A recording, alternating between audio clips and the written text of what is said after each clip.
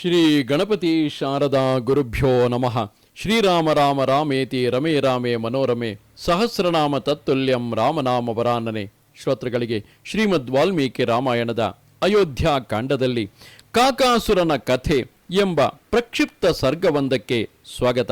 ಇದು ಮೂಲ ರಾಮಾಯಣದಲ್ಲಿ ಇಲ್ಲದಿದ್ದರೂ ಕೂಡ ಪಾರಾಯಣ ಮಾಡುವವರಲ್ಲಿ ಪ್ರಸಿದ್ಧಿಯಾಗಿದೆ.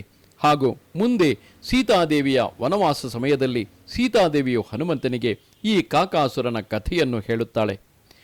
ರಾಮಸ್ತು ನಲಿನೀಂ ರಮ್ಯಾಂ ಚಿತ್ರಕೂಟಂಚ ಪರ್ವತಂ ಉತ್ತರೇತು ಗಿರೇ ಪಾದೆ ಚಿತ್ರಕೂಟಸ್ಯ ರಾಘವಃ ದದರ್ಶ ಕಂದರಂ ರಮ್ಯಂ ಶಿಲಾಧಾತು ಸಮನ್ವಿತಂ ಸುಖ ಪ್ರಸೇಕೈಸ್ತುರ ಸರುಭಿಃ ಪುಷ್ಪಭಾರಾವಲಂಭಿಃ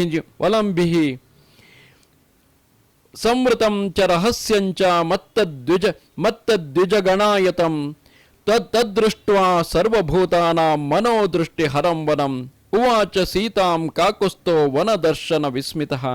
ಶ್ರೀರಾಮನು ಚಿತ್ರಕೂಟ ಪರ್ವತವನ್ನು ಮತ್ತು ಮಂದಾಕಿನಿ ನದಿಯನ್ನು ಸೀತಾದೇವಿಗೆ ತೋರಿಸಿಕೊಂಡು ಸಂಚರಿಸುತ್ತಿದ್ದಾಗ ಪರ್ವತದ ಉತ್ತರ ದಿಕ್ಕಿನ ಕೆಳಭಾಗದಲ್ಲಿ ರಮ್ಯವಾದ ಕಂದರಗಳಿಂದಲೂ ಗೈರಿಕಾದಿ ಧಾತುಗಳಿಂದಲೂ ಕೂಡಿರುವ ಸುಖಕರವಾದ ನೆಳಲುಳ್ಳ ಪುಷ್ಪ ಭರಿತವಾದ ವೃಕ್ಷಗಳಿಂದ ಸುತ್ತುವರಿಯಲ್ಪಟ್ಟಿದ್ದ ರಹಸ್ಯವಾಗಿದ್ದ ಗುಹೆಯನ್ನು ಮದಿಸಿದ್ದ ಪಕ್ಷಿಗಳಿಂದ ಸಮಾವೃತವಾಗಿದ್ದ ಸಕಲ ಪ್ರಾಣಿಗಳಿಗೂ ಆಹ್ಲಾದವನ್ನು ಉಂಟುಮಾಡುತ್ತಿದ್ದ ವನವನ್ನು ನೋಡಿ ವಿಸ್ಮಿತನಾಗಿ ಸೀತಾದೇವಿಗೆ ಹೇಳಿದನು. ವೈದೇಹಿ, ಪರ್ವತದ ಈ ಗುಹೆಯ ಮೇಲೆ ನಿನ್ನ ಕಣ್ಣು ಬಿದ್ದಂತಿದೆ. ಇದನ್ನು ನೋಡಿದೊಡನೆಯೇ ನಿನ್ನ ಮನಸ್ಸು ಉಲ್ಲಾಸ ಹೊಂದಿದೆ. ಶ್ರಮವನ್ನು ಪರಿಹಾರ ಮಾಡಿಕೊಳ್ಳುವ ಸಲುವಾಗಿ ಈ ಗುಹೆಯಲ್ಲಿಯೇ ನೀನು ಕುಳಿತುಕೋ. ನಿನ್ನ ಸಲುವಾಗಿಯೋ ಎಂಬಂತೆ ಇಲ್ಲಿನ ಬಂಡೆಯು ಬಹಳ ಸುಂದರವಾಗಿ ವಿನ್ಯಾಸ ಮಾಡಲ್ಪಟ್ಟಿದೆ. ಪಕ್ಕದಲ್ಲಿಯೇ ಇರುವ ಪುಷ್ಪ ಭರಿತವಾದ ವೃಕ್ಷವು ಪುಷ್ಪಗಳ ಕೇಸರಗಳಿಂದ ಶಿಲೆಯನ್ನು ಹಾದು ಬಂದಿರುವಂತೆಯೇ ಕಾಣುತ್ತಿದೆ. ಶ್ರೀರಾಮನು ಹೀಗೆ ಹೇಳಲು ದಾಕ್ಷಿಣ್ಯ ಪ್ರವೃತ್ತಿಯವಳಾದ ಸೀತಾದೇವಿಯು ಪ್ರಣಯ ಸ್ನೇಹದಿಂದ ಕೂಡಿ ಕರ್ಣಾನಂದಕರವಾಗಿದ್ದ ಈ ಮಾತನ್ನು ಹೇಳಿದಳು. ನೀನೀಗ ಹೇಳಿದುದನ್ನು ನಾನು ಅವಶ್ಯವಾಗಿ ಮಾಡಲೇಬೇಕು. ಈ ನಿನ್ನ ಮನೋರಥವನ್ನು ಹಲವು ಬಾರಿ ವ್ಯಕ್ತಪಡಿಸಿರುವೆ. ವರಾರೋಹಿಯಾದ ಸೀತಾದೇವಿಯು ಶ್ರೀರಾಮನಿಗೆ ಹೀಗೆ ಹೇಳಿ ಶ್ರೀರಾಮನೊಡನೆ ರಮಿಸುವ ಆಶಯದಿಂದ ಸುಂದರ ವಿನ್ಯಾಸದಿಂದ ಕೂಡಿದ್ದ ಶಿಲೆಯ ಬಳಿಗೆ ಹೋದಳು. ಸ್ನೇಹಪೂರಿತವಾದ ಮಾತುಗಳನ್ನು ಹೇಳುತ್ತಾ ಸೀತೆಗೆ ಶ್ರೀರಾಮನು ಪುನಃ ಹೇಳಿದನು. ಸೀತೆ, ಪ್ರಾಣಿಗಳಿಗೆ ಆನಂದವನ್ನು ಉಂಟು ಮಾಡುವ ಸಲುವಾಗಿಯೇ ಸೃಷ್ಟಿಯಾಗಿರುವ ಪುಷ್ಪ ಭರಿತವಾದ ಮತ್ತು ರಮ್ಯವಾದ ವೃಕ್ಷಗಳಿಂದ ತುಂಬಿರುವ ಈ ಅರಣ್ಯವನ್ನು ನೋಡು. ರಮ್ಯವಾದ ಈ ಪರ್ವತದ ಮಧ್ಯದಲ್ಲಿರುವ ಈ ವೃಕ್ಷಗಳು ಪುಷ್ಪ ಭರಿತವಾಗಿವೆ. ಆನೆಗಳ ಕೊಂಬುಗಳ ತಿವಿತದಿಂದ ಈ ವೃಕ್ಷಗಳ ಕಾಂಡಗಳಲ್ಲಿ ರಸವು ಸೋರುತ್ತಿದೆ. ಜೀರುಂಡೆಗಳು ದೀರ್ಘವಾಗಿ ಧ್ವನಿ ಮಾಡುತ್ತಾ ಅಳುತ್ತಿವೆಯೋ ಎಂಬಂತೆ ಕಾಣುತ್ತಿದೆ.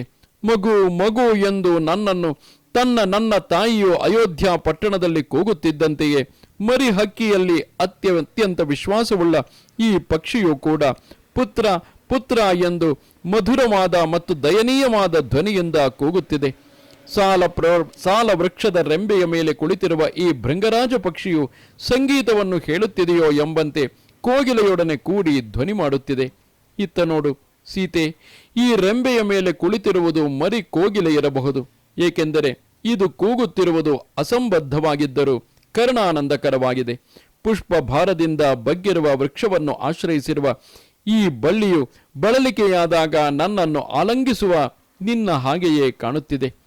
ಶ್ರೀರಾಮನಿಂದ ಹೀಗೆ ಹೇಳಲ್ಪಟ್ಟ ಪ್ರಿಯಭಾಷಿಣಿಯಾದ ಸರ್ವಾಂಗ ಸುಂದರಿಯಾದ ಸೀತಾದೇವಿಯು ಪ್ರಾಣಪ್ರಿಯನಾದ ರಾಮನ ತೊಡೆಯ ಮೇಲೆ ಕುಳಿತಳು. ದೇವಕನ್ಯೆಯಂತೆಯೇ ಇದ್ದ ಸೀತಾದೇವಿಯು ತೊಡೆಯ ಮೇಲೆ ಕುಳಿತಿದ್ದಂತೆಯೇ ರಾಮನಿಗೆ ಅಭಿಮುಖಳಾಗಿ ಮನ್ಮಥನಿಂದ ಪೀಡಿತವಾಗಿದ್ದ ಶ್ರೀರಾಮನ ಮನಸ್ಸನ್ನು ತೃಪ್ತಿಗೊಳಿಸಿದಳು. ಬಳಿಕ ಶ್ರೀರಾಮನು ನೆನೆದು ಹೋಗಿದ್ದ ಮಣಿಶಿಲೆ ಎಂಬ ಧಾತುವನ್ನು ಬೆರಳಿನಿಂದ ಉಜ್ಜಿ ಅದರಿಂದಲೇ ಸೀತೆಯ ಹಣೆಗೆ ತಿಲಕವನ್ನಿಟ್ಟನು. ಉದಯಿಸಿದ ಸೂರ್ಯನಿಗೆ ಸಮಾನವಾದ ಕೆಂಪಾದ ಛಾಯೆಯಿಂದ ಕೂಡಿದ್ದ ಪರ್ವತದ ಧಾತು ವಿಶೇಷದಿಂದ ತೇಯ್ದು ಹಚ್ಚಿದ್ದ ಆ ತಿಲಕದಿಂದ ಸೀತೆಯು ಸಂಜೆಗೆಂಪಿನಿಂದ ಕೂಡಿದ ಬೆಳದಿಂಗಳ ರಾತ್ರಿಯಂತೆ ಪ್ರಕಾಶಿಸಿದಳು. ಸೀತಾದೇವಿಯನ್ನು ನೋಡಿ ಸಂತುಷ್ಟನಾದ ಶ್ರೀರಾಮನು ಕೇಸರ ಗಿಡದ ಪುಷ್ಪಗಳನ್ನು ತಂದು ಅದನ್ನು ಕೈಯಿಂದಲೇ ಉಜ್ಜಿ ಪ್ರೇಯಸಿಯ ಮುಂಗುರುಳನ್ನು ಅಲಂಕರಿಸಿದನು. ಸುಂದರವಾಗಿದ್ದ ಆ ಶಿಲೆಯ ಮೇಲೆಯೇ ಶ್ರೀರಾಮನು ವೈದೇಹಿಯೊಡನೆ ಸ್ವಲ್ಪ ಹೊತ್ತಿನವರೆಗೂ ರಮಿಸುತ್ತಿದ್ದು ಅನಂತರ ವೈದೇಹಿಯಿಂದ ಹಿಂಬಾಲಿಸಲ್ಪಟ್ಟವನಾಗಿ ಮತ್ತೊಂದು ಕಡೆಗೆ ಹೊರಟನು. ಹೀಗೆಯೇ ಸಂಚರಿಸುತ್ತಿದ್ದಾಗ ಹಲವಾರು ಮೃಗಗಳಿಂದ ವ್ಯಾಪ್ತವಾಗಿದ್ದ ಅರಣ್ಯದಲ್ಲಿ ಸೀತೆಯು ಒಂದು ದೊಡ್ಡ ಕೋತಿಯನ್ನು ಕಂಡು ಭಯದಿಂದ ರಾಮನನ್ನು ತಬ್ಬಿಕೊಂಡಳು. ಶ್ರೀರಾಮನು ತನ್ನನ್ನು ಆಲಂಗಿಸಿಕೊಂಡಿದ್ದ ಸೀತೆಯನ್ನು ತಾನು ತಬ್ಬಿಕೊಂಡು ಮುಂಗುರುಳನ್ನು ಸವರುತ್ತಾ ಹೆದರಿದ್ದ ಸೀತೆಯನ್ನು ಸಂತೈಸುತ್ತಾ ಕಪಿಯನ್ನು ಗದರಿಸಿ ಓಡಿಸಿದನು. ಸೀತೆಯು ಶ್ರೀರಾಮನನ್ನು ತಬ್ಬಿಕೊಂಡ ಆ ಸಮಯದಲ್ಲಿ ಸೀತೆಯ ಹಣೆಯಲ್ಲಿ ರಾಮನಿಟ್ಟಿದ್ದ ಮಣಿಶಿಲೆಯ ತಿಲಕವು ರಾಮನ ವಕ್ಷಸ್ಥಳಕ್ಕೆ ಅಂಟಿಕೊಂಡಿತು. ಕಪಿಯು ಹೊರಟು ಹೋದ ನಂತರ ಸೀತೆಯು ಶ್ರೀರಾಮನ ವಕ್ಷಸ್ಥಳಕ್ಕೆ ಅಂಟಿಕೊಂಡಿದ್ದ ತನ್ನ ತಿಲಕವನ್ನು ಕಂಡು ಅಟ್ಟಹಾಸದಿಂದ ನಕ್ಕಳು. ರಾಮ ಸೀತೆಯರಿದ್ದ ಸ್ಥಳಕ್ಕೆ ಸ್ವಲ್ಪ ದೂರದಲ್ಲಿಯೇ ಪುಷ್ಪಗುಚ್ಛಗಳಿಂದ ಕೂಡಿದ್ದ, ನೇತ್ರಾನಂದಕರವಾಗಿದ್ದ, ಭಯಗೊಳಿಸುವ ಕಪಿಗಳಿಂದ ವ್ಯಾಪ್ತವಾಗಿದ್ದ ಅಶೋಕ ವೃಕ್ಷಗಳ ಅರಣ್ಯವನ್ನು ಸೀತಾದೇವಿಯು ಕಂಡಳು. ಅಶೋಕ ಕುಸುಮವನ್ನು ಪಡೆಯಬೇಕೆಂಬ ಆಶಯದಿಂದ ಸೀತಾದೇವಿಯು ರಾಮನಿಗೆ ಹೇಳಿದಳು, ವಯಂ ತದಭಿಗಚ್ಚಾಮೋ ವನಮಿಕ್ಷ್ವಾಕು ನಂದನ. ಇಕ್ಷ್ವಾಕು ಕುಮಾರನೇ, ನಾವು ಅಲ್ಲಿ ಕಾಣುತ್ತಿರುವ ಆ ಅಶೋಕವನಕ್ಕೆ ಹೋಗೋಣ. ಪ್ರೇಯಸಿಗೆ ಪ್ರಿಯವನ್ನು ಉಂಟುಮಾಡುವುದರಲ್ಲಿಯೇ ಆಸಕ್ತನಾಗಿದ್ದ ಶೋಕರಹಿತನಾದ ಶ್ರೀರಾಮನು ಮಹಾಲಕ್ಷ್ಮಿಯ ಸ್ವರೂಪಳಾದ ಸೀತಾದೇವಿಯೊಡನೆ ಅಶೋಕವನಕ್ಕೆ ತೆರಳಿದನು. ಗಿರಿ ಕನ್ಯೆಯಾದ ಪಾರ್ವತಿಯೊಡನೆ ಶಂಕರನು ಹಿಮವತ್ ಪರ್ವತದ ಕಾಡುಗಳಲ್ಲಿ ಸುತ್ತಾಡುವಂತೆ ಸೀತೆಯೊಡನೆ ಶ್ರೀರಾಮನು ಬಹುರಮ್ಯವಾಗಿದ್ದ ಅಶೋಕವನದಲ್ಲಿ ಸಂಚರಿಸಿದನು. ಕಾಮಿಗಳಾಗಿದ್ದ ಸೀತಾರಾಮರಿಬ್ಬರು ಚಿಗುರೆಲೆಗಳಿಂದ ಅಶೋಕ ಪುಷ್ಪಗಳಿಂದ ಪರಸ್ಪರವಾಗಿ ಸಿಂಗರಿಸಿಕೊಂಡು ನೀಲಲೋಹಿತ ವರ್ಣಗಳಿಂದ ಪ್ರಕಾಶಿಸಿದರು. ಅಶೋಕ ಪುಷ್ಪ ಮಾಲಿಕೆಗಳಿಂದ ಅಲಂಕೃತರಾಗಿದ್ದ, ಶಿರೋಭೂಷಣವಾಗಿ ತಲೆಗಳಲ್ಲಿ ಪುಷ್ಪ ದಂಡಗಳನ್ನು ಧರಿಸಿದ್ದ ಸತಿಪತಿಗಳಾದ ಸೀತಾರಾಮರು ತಮ್ಮ ಸಾನ್ನಿಧ್ಯದಿಂದ ಆ ಚಿತ್ರಕೂಟ ಪರ್ವತವನ್ನೇ ಶೋಭಾಯಮಾನವನ್ನಾಗಿಸಿದರು. ಹೀಗೆ ಸೀತಾ ಪ್ರಿಯನಾದ ಶ್ರೀರಾಮನು ಪ್ರೇಯಸಿಗೆ ಹಲವಾರು ಸುಂದರವಾದ ಪ್ರದೇಶಗಳನ್ನು ತೋರಿಸಿಕೊಂಡು ಅಲಂಕೃತವಾಗಿದ್ದ ಮತ್ತು ಸುವ್ಯವಸ್ಥಿತವಾಗಿದ್ದ ಆಶ್ರಮಕ್ಕೆ ಹಿಂದಿರುಗಿದನು. ಅಣ್ಣ ಮತ್ತು ಅತ್ತಿಗೆಯರು ಪರ್ಣಶಾಲೆಗೆ ಬಂದೊಡನೆಯೇ ಗುರುವತ್ಸಲನಾದ ಲಕ್ಷ್ಮಣನು ಮೇಲೆದ್ದು ಎದುರುಗೊಂಡು ಗೌರವಿಸಿ ತಾನು ಸಿದ್ಧಪಡಿಸಿದ್ದ ಸಕಲ ವಸ್ತುಗಳನ್ನು ಅಣ್ಣನಿಗೆ ತೋರಿಸಿದನು. ವಿಷಲೇಪವಿಲ್ಲದ ಬಾಣಗಳಿಂದ ಬೇಟೆಯಾಡಿದ್ದ ಭೋಜನ ಯೋಗ್ಯವಾದ 10 ಕೃಷ್ಣ ಮೃಗಗಳನ್ನು, ರಾಶಿ ರಾಶಿಯಾಗಿ ಸಂಗ್ರಹಿಸಿದ್ದ ಗೆಡ್ಡೆ ಗೆಣಸು ಹಣ್ಣುಗಳನ್ನು ಲಕ್ಷ್ಮಣನು ರಾಮನಿಗೆ ತೋರಿಸಿದನು. ಸೌಮಿತ್ರಿಯ ಆ ಕಾರ್ಯದಿಂದ ಶ್ರೀರಾಮನು ಸುಪ್ರೀತನಾಗಿ ದೇವತಾ ಪ್ರೀತ್ಯರ್ಥವಾಗಿ ಬಲಿಗಳನ್ನಿಡುವಂತೆ ಸೀತೆಗೆ ಹೇಳಿದನು.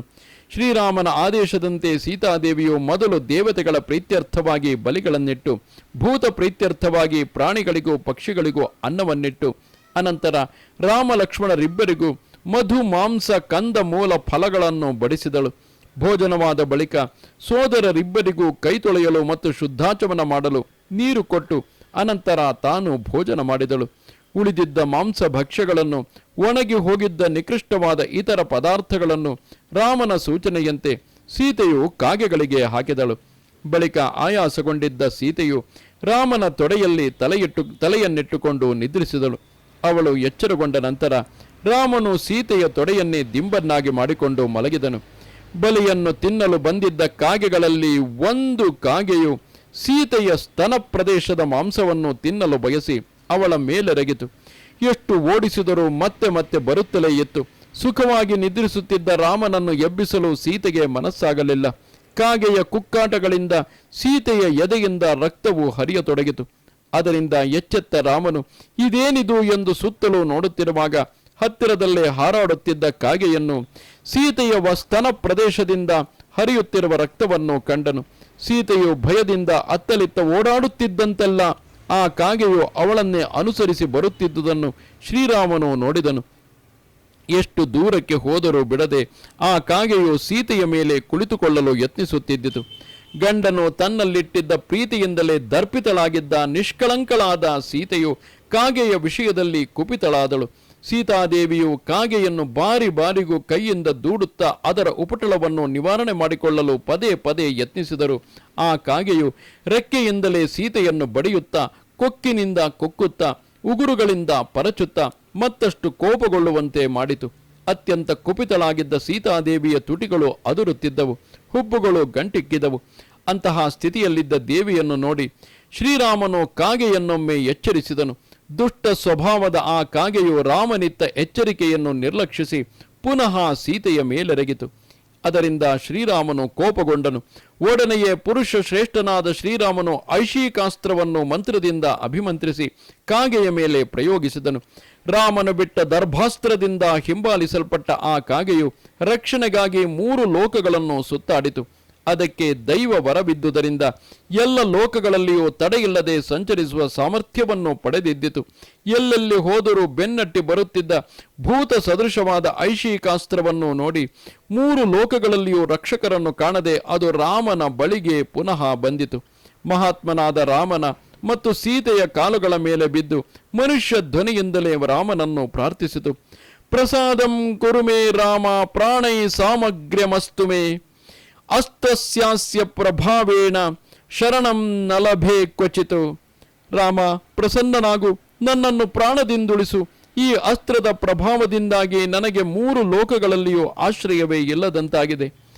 ಕಾಲುಗಳ ಮೇಲೆ ತಲೆಯನ್ನಿಟ್ಟುಕೊಂಡು ದೈನ್ಯದಿಂದ ಪ್ರಾಣಭಿಕ್ಷೆಯನ್ನು ಬೇಡುತ್ತಿದ್ದ ಕಾಗೆಯನ್ನು ನೋಡಿ ದಯಾಪೂರ್ಣ ಹೃದಯನಾದ ಧೀಮಂತನಾದ ರಾಘವನು ಹೇಳಿದನು, ಕಾಗೆಯೇ, ನೀನು ಸೀತೆಯ ವಿಷಯದಲ್ಲಿ ಮಾಡಿದ ಮಹಾಪರಾಧದಿಂದ ಕುಪಿತನಾದ ನಾನು ಸೀತೆಗೆ ಪ್ರಿಯವನ್ನುಂಟು ಮಾಡುವ ಇಚ್ಛೆಯಿಂದ ನಿನ್ನ ಪ್ರಾಣಹರಣವನ್ನೇ ಉದ್ದೇಶಿಸಿ ಈ ಅಸ್ತ್ರವನ್ನು ಪ್ರಯೋಗಿಸಿದನು. ನೀನೀಗ ನನ್ನ ಕಾಲುಗಳ ಮೇಲೆ ಬಿದ್ದು ಪ್ರಾಣಭಿಕ್ಷೆಯನ್ನು ಬೇಡುತ್ತಿರುವುದರಿಂದ ಶರಣಾಗತನಾಗಿರುವ ನಿನ್ನನ್ನು ರಕ್ಷಿಸುವುದು ನನ್ನ ಕರ್ತವ್ಯವಾಗಿದೆ. ಆದರೆ ನಾನು ಪ್ರಯೋಗಿಸಿರುವ ಈ ಅಸ್ತ್ರವು ಎಂದು ವ್ಯರ್ಥವಾಗತಕ್ಕುದಲ್ಲ. ನಿನ್ನ ಯಾವುದಾದರೊಂದು ಅವಯವವನ್ನು ಲಕ್ಷ್ಯವನ್ನಾಗಿ ಕೊಡಲೇಬೇಕಾಗುತ್ತದೆ. ನಿನ್ನ ಒಂದು ಅಂಗವನ್ನು ಪರಿತ್ಯಜಿಸು. ಈ ಅಸ್ತ್ರವು ನಿರರ್ಥಕವಾಗದಂತೆ ಮಾಡು. ಈ ಅಸ್ತ್ರವು ನಿನ್ನ ಯಾವ ಅಂಗವನ್ನು ವಿನಾಶಗೊಳಿಸಲೆಂಬುದನ್ನು ಶೀಘ್ರವಾಗಿ ಹೇಳು. ಇಷ್ಟು ಮಾತ್ರ ಮಾಡಲು ನನ್ನಿಂದ ಸಾಧ್ಯವಿದೆ. ಅಸ್ತ್ರಕ್ಕೆ ಒಂದು ಅಂಗವನ್ನು ಲಕ್ಷ್ಯವನ್ನಾಗಿ ಕೊಟ್ಟು ಅದನ್ನು ಮಾತ್ರವೇ ಕಳೆದುಕೊಳ್ಳುವುದು ಪ್ರಾಣವನ್ನು ಕಳೆದುಕೊಳ್ಳುವುದಕ್ಕಿಂತಲೂ ಉತ್ತಮವಲ್ಲವೇ? ಶ್ರೀರಾಮನು ಹೀಗೆ ಹೇಳಲು ವಿವೇಕಿಯಾದ ಆ ಕಾಗೆಯು ಸಾವಧಾನವಾಗಿ ಪರ್ಯಾಲೋಚಿಸಿ ಪ್ರಾಣವನ್ನು ಬಿಡುವುದಕ್ಕಿಂತಲೂ ಇರುವ 2 ಕಣ್ಣುಗಳಲ್ಲಿ ಒಂದನ್ನು ತ್ಯಾಗ ಮಾಡುವುದೇ ಉಚಿತವೆಂಬ ನಿಶ್ಚಯಕ್ಕೆ ಬಂದಿತು. ಅಂತೆಯೇ ರಾಘವನಿಗೆ ಹೇಳಿತು, ರಾಘವ, 2 ಕಣ್ಣುಗಳಲ್ಲಿ ಒಂದನ್ನು ಪರಿತ್ಯಜಿಸುತ್ತೇನೆ. ಇದರಿಂದ ಮುಂದೆ ನಾನು ಒಕ್ಕಣ್ಣನಾದರೂ ನಿನ್ನ ಅನುಗ್ರಹ ಬಲದಿಂದ ಜೀವಿಸಿರುವೆನು. ಶ್ರೀರಾಮನ ಅನುಜ್ಞೆಯನ್ನು ಪಡೆದು ಐಶಿಕಾಸ್ತ್ರವು ಕಾಗೆಯ ಕಣ್ಣಿನಲ್ಲಿ ಬಿದ್ದಿತು. ಅದರ ಒಂದು ಕಣ್ಣು ನಷ್ಟವಾದುದನ್ನು ಕಂಡು ವೈದೇಹಿಯು ಅಚ್ಚರಿಗೊಂಡಳು. ಏಕಾಕ್ಷಿಯಾದ ಕಾಗೆಯು ರಾಮನಿಗೆ ಪುನಃ ನಮಸ್ಕರಿಸಿ ಮನ ಬಂದೆಡೆಗೆ ಹೊರಟು ಹೋಯಿತು. ಶ್ರೀರಾಮನು ಲಕ್ಷ್ಮಣನೊಡನೆ ತನ್ನ ಮುಂದಿನ ಕಾರ್ಯಗಳಲ್ಲಿ ತೊಡಗಿದನು. ಇದು ಶ್ರೀಮದ್ ವಾಲ್ಮೀಕಿ ರಾಮಾಯಣದ ಅಯೋಧ್ಯಾಕಾಂಡದ ಪ್ರಕ್ಷಿಪ್ತ ಸರ್ಗವು. ನಮಸ್ತೆ ಶಾರದೆ ದೇವಿ ಕಾಶ್ಮೀರ ಪುರವಾಸಿನಿ ತ್ವಾಮಹಂ ಪ್ರಾರ್ಥಯೇ ನಿತ್ಯಂ ವಿದ್ಯಾದಾನಂಚ ದೇಹಿಮೆ. ನಮಸ್ಕಾರ.